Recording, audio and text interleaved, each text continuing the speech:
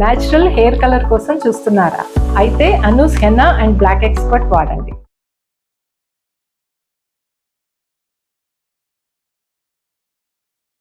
నమస్తే రమ్మగారు. నమస్తే జయ. రమ్మగారు, ముళ్ళ చెట్లు ఇంట్లో ఉండొచ్చా? అంటే నిమ్మ చెట్టు కానీ గోరింటాకు చెట్టు కానీ ఇలాంటివి. ఇప్పుడు దీన్ని ముళ్ళ చెట్టు అని ఎలా అంటాం? నిమ్మ చెట్టు అనాలి కదా. అంటే ముళ్ళ చెట్టు అంటే ముళ్ళు మాత్రమే ఉండే చెట్లు. ఆహా, ఓకే ఓకే. నిమ్మ చెట్టుని ముళ్ళ చెట్టు అనకూడదు. నిమ్మ చెట్టు నిమ్మ చెట్టే, అంతే. గోరింటి చెట్టు గోరింటి చెట్టే. వాటికి ముళ్ళు ఉన్నాయి కదా అని చెప్పేసి ముళ్ళ చెట్లు అనకూడదు, అనడానికి వీల్లేదు. అనడానికి వీళ్ళ. ఇప్పుడు బ్రహ్మజముడు అలాంటివి అవి ముళ్ళ చెట్లు, క్యాక్టస్ పెట్టుకుంటారు రకరకాలు. టింగ్ టింగ్ టింగ్ అని ముళ్ళు ఉంటాయి. సడన్ గా ఒక ఎర్ర పువ్వు వస్తుంది, సౌందర్యానికి పెట్టుకుంటారు. ఇప్పుడు వాస్తు శాస్త్ర వాస్తవాలు బోల్డ్ ఉంటాయి జయ. పెద్దవాళ్ళు చెప్తారు దిక్కు మనం స్థలాలు ఎంపిక జాగ్రత్తగా చేయాలి. తూర్పు ఉండాలి, అది ఉండాలి, ఆ తూర్పు పెరగకూడదు, అది పెరగకూడదు, ఈ దిక్కు పెరగకూడదు, మూలలు పెరగకూడదు, తర్వాత దానికి వీధిపోటు ఉండకూడదు, ఈశాన్యం వీధిపోటు మంచిది, ఇంకేదో వీధిపోటు మంచిది కాదు, బోలెడన్నీ ఉంటాయి. ఆ రకంగా స్థలం కొనుక్కుని అలా కట్టుకోగలిగితే ఒక రకం. అప్పుడు చెట్లు ఎక్కడ పెట్టాలి, ఏ చెట్టు ఎక్కడ ఉండాలి, నిమ్మ చెట్టు ఎక్కడ ఉండాలి, గోరింటి చెట్టు ఎక్కడ ఉండాలి, అరటి చెట్లు ఉండొచ్చా ఉండకూడదా, వాకిట్లో ఏ చెట్లు ఉండొచ్చు, వాకిట్లో ఏవి ఉండకూడదు, పెరట్లో ఏం ఉండాలి, నిద్ర లేవగానే అరటి చెట్టు చూడకూడదు, పడుకునేటప్పుడు అదేమన్నా మునగ చెట్టును చూడకూడదు. ఇవన్నీ సిద్ధాంతాలు. పూర్వకాలపు ఇళ్లలో వేస్తే వచ్చేస్తాయి మొక్కలు. అప్పుడు ఏం చేసేవాళ్ళు, వాకిళ్ళు కొంత ఖాళీగా ఉంచుకునేవాళ్ళు. నేల ఎక్కువ ఉండేది కాదు, నేల ఎక్కువ ఉండేది. తూర్పున ఎత్తైన చెట్లు ఉండకూడదు, ఇది సాధారణ నియమం. తూర్పు చెట్లున్నా చెట్లు బాగా ముందుకుండి వాకిలి కొంచెం ఇదిగా అక్కడ కాస్త ఈశాన్యాన్ని వైపుగా అటు ఇటు ఇరగదు తులసి మొక్కలు అవి పెట్టుకునేవాళ్ళు. ఏదో చిన్న పన్న పువ్వుల మొక్కలు అవి పెంచేవాళ్ళు. పెరళ్లలో వెనకాల భాగంలో పక్క భాగంలో ఇళ్లల్లో బాదం చెట్లు ఉండేవి, నేరేడు చెట్లు ఉండేవి. చింతలు అవి ఇంటికి దగ్గరగా ఉండేవి కాదు, ఊళ్ళల్లో మనకు కనపడతాయి. ఏ ఇంట్లోనూ వాకిళ్ళ వైపు వేప చెట్టు ఉంటుంది, చింత చెట్టు ఉండదు, తక్కువ ఉంటాయి. చింత చెట్లు కూడా వేస్తారు. ఆ చింత చెట్ల కంటే చింతల తోపు అని ప్రత్యేకంగా ఉంటుంది. వాకిళ్లలో కూడా చింత చెట్లు మూల అన్ని చింత చెట్లు ఉన్నాయి. ఆ తోపులో ఇల్లు కట్టుకున్నారు. వాకిలి గడ్డంగా ఉన్నదాన్ని కొట్టేస్తారు కానీ మిగిలిన చింతల్ని కొట్టేయలేరు. ఇప్పుడు మనం అట్లా పెద్ద పెద్ద చెట్లను పెంచుకునే పంధా అయితే మనకు లేదు. నిమ్మ చెట్టు కానీ మర్రి చెట్టు కానీ మనం కుండీలోనే పెంచేస్తున్నాం, టెర్రస్ గార్డెనింగ్ చేసేస్తాం, మేడ మీద పెట్టుకుంటున్నాం. ఇప్పుడు ఇంకా ముళ్ళ చెట్టు అని ప్రశ్న ఎందుకు దానికి? పోనీ ఇవన్నీ ఏవో చెట్లు, ఇటు ఫలసాయం వస్తుంది ఎంతో కొంత. నిమ్మ చెట్టు పెడితే ఓ 3 ఏళ్లకు 4 ఏళ్లకు కాదటం మొదలు పెడుతుంది. ఇప్పుడు మనం మన అదేంటి కడియం నుంచి రాజమండ్రి దగ్గర నుంచి తెచ్చుకున్న, ఇటు బెంగళూరు నుంచి తెచ్చిన 2వ ఏటికి కాస్త చిన్న చిట్టి మొక్క టింగమని ఇంతే ఉంటుంది. అన్ని పువ్వులు కాయలు ఉంటాయి దాని నిండా. ముద్దుగా కుండీలు ప్లాస్టిక్ చిట్టల్లే కనపడుతుంది. దానికి వాస్తు ఏమిటి?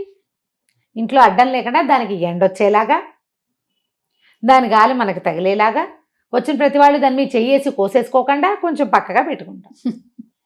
వెసులుబాటు కదా. ఇప్పుడు చెట్లు పూర్వోత్తరపు ఇల్లు ఒకటి ఉంది మన దగ్గర, మన తాతగారి ఇల్లు. అందులో దొడ్లో ఉంది. మా దగ్గర పెద్ద నిమ్మ చెట్టు ఉండేది, గజనిమ్మ చెట్టు. ఇట్లా ఎత్తుగా పోసి మట్టి దాన్ని ఎత్తు మీదే పెట్టారు. మా పెరడంతా ఒక దీంట్లో ఉంటే నిమ్మ చెట్టు ఒకటి ఎత్తుగా ఉండేది. ఇంత లావున ఇంత పొడుగాటి కాయ గజనిమ్మ. 77 తుఫాన్ దివ్యం ఊపని వచ్చినప్పుడు పోయింది అది. ఒక కాయ కట్ చేసి ఇంటిల బాదికి ఉప్మాకి సరిపోయేవి. అందరూ తలా ఒక ముక్క ఇది చేసుకునేవాళ్ళు. వెనకాల పెరట్లో ఉండేది. ముళ్ళు కదా, అవి గుచ్చుకోకుండా ఉండాలి, అది కదా ఆలోచన. ఇట్లా చేసుకోవాలి. ఇది ముళ్ళు ఉండే మొక్క. మొక్కలు ఆకురాలు కాలంలో కొమ్మలు చిన్న చిన్నవి ఎండి రాలి పడితే ముళ్ళు గుచ్చుకుంటాయి. అందుకని ఒక పెడగా, పిల్లలు ఏమన్నా పట్టుకున్నా కూడా అందుకని ఒక పెడగా ఒక పక్కగా ఉండాలి.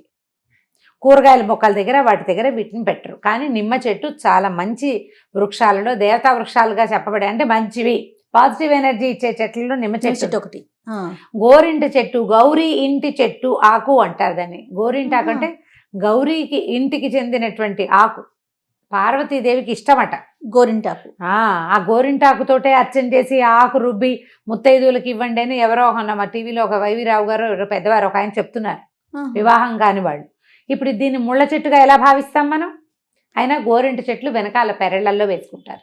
మనం గుజరాత్ కనుక వెళ్తే, నేను అక్కడ విషయాలు బాగా చెప్తా వెళ్ళడం వల్ల, ఈ మా గోరింటి చెట్లు కోరళ్ళుగా అంటే ఈ ప్రహరీ గోడల కింద పెట్టుకుంటారు. అందరి వాకిళ్ళ అసలు పార్కులకి అవుట్లైన్ ఉంటుంది కదా, దానికి కూడా మొత్తం గోరింటి చెట్లే. విపరీతంగా గోరింటి చెట్లు ఉంటాయి. ప్రాంతాన్ని బట్టి అనుకో. దానికి చిన్న ముళ్ళు ఉంటుంది కానీ అదేం గుచ్చుకోదు. సెన్సిటివ్గానే ఉంటుంది. మామూలు మెత్తగా ఉంటుంది. మనం వేసేటప్పుడు రుబ్బేటప్పుడు అది కొంచెం తెలుస్తుంటుంది. ప్రధానంగా ఏంటంటే మీరు వాస్తు శాస్త్రాన్ని ఫాలో అయ్యేటట్టయితే మీ ఇంట్లో అన్ని వాస్తు ప్రకారమే మీరు ఎవరినైనా ఒక శాస్త్రజ్ఞుడు ఒక ఆయన పెద్ద మనిషిని మాట్లాడుకుని వారితోటి మీరు ఇల్లు వాకిలి అన్నీ ఏర్పరచుకుంటే వారిని అడిగి ఏ మొక్క ఎక్కడ పెట్టాలో అడిగి పెట్టేసుకోండి. మీకు ఒక మాదిరి ఇల్లు ఉంది, మీకు ఒక నిమ్మ చెట్టు సరదా ఉంది, వాకిట్లో పెట్టుకోవద్దు. ఎందుకంటే వాకిట్లో మనుషులు వచ్చిపోయే చోట గుచ్చుకుంటాయి కాబట్టి వాటిని వెనకాల పెట్టుకోండి. ఇప్పుడు అసలు పెట్టుకోకూడదు ఏమిటి, బ్రహ్మజముడు, నాగజముడు అలాంటివి అవి ఎక్కడో ఉంటాయి, ఎడారి మొక్కలు ఎక్కడో ఉంటాయి. తర్వాత ఏమో ఆలోవేరా, దానికి లేవు ముళ్ళు, కరకరలాడుతూ అది రంపంలాగా ఉంటుంది. అదేమో దిష్టి తగలకుండా వాకిట్లోనే పెట్టుకుంటాం, గుమ్మానికే కడతారు.